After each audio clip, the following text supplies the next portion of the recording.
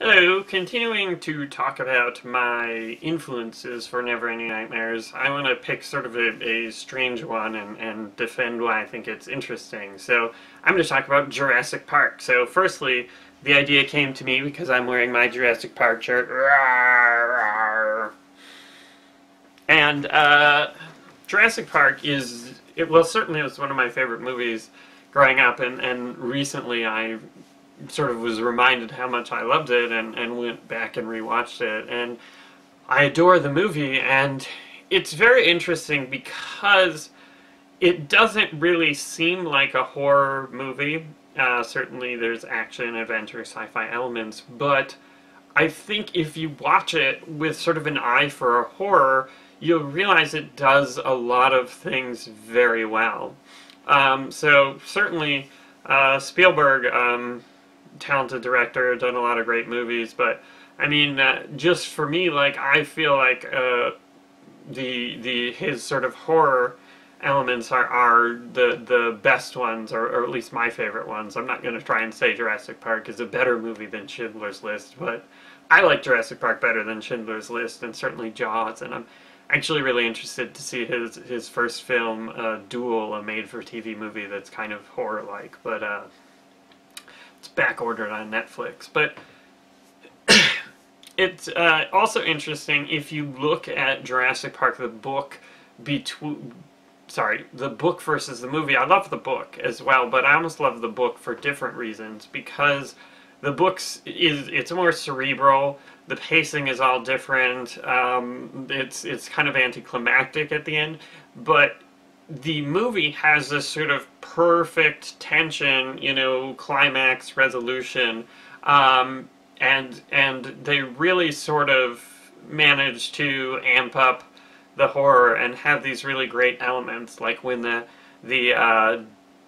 goat leg appears on the windshield, and just the raining and the giant monster. It's so effective. Excuse me. And then the tension continues to build. The velociraptors are loose in the visitor center, and then at the end the T-Rex is loose in the visitor center, and actually fighting the velociraptors, and the banner comes down, and it's so perfect. But like, I think one of the best scenes is just when Ellie is in the maintenance shed. I'm not sure what it's called, but she's running through there, and the velociraptors are chasing her, and they got Harding or whatever, and then Samuel L's arm. I probably should have said there's a bunch of spoilers for Jurassic Park, but I feel like everyone who's watching this has seen the movie.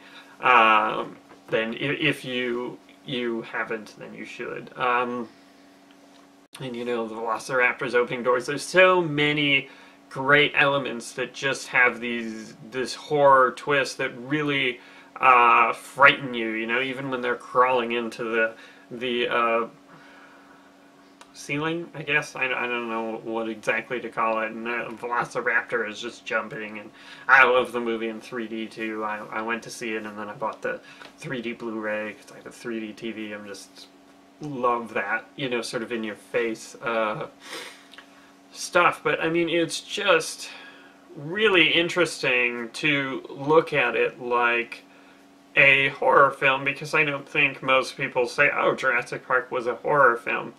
But I think one of the reasons why it's so good and so effective is just because they really did a great job with the tension and the horror elements. And I think as a game developer, as someone creating a work of horror, it's important to sort of look at that and see, what can I learn? How can I keep the tension high?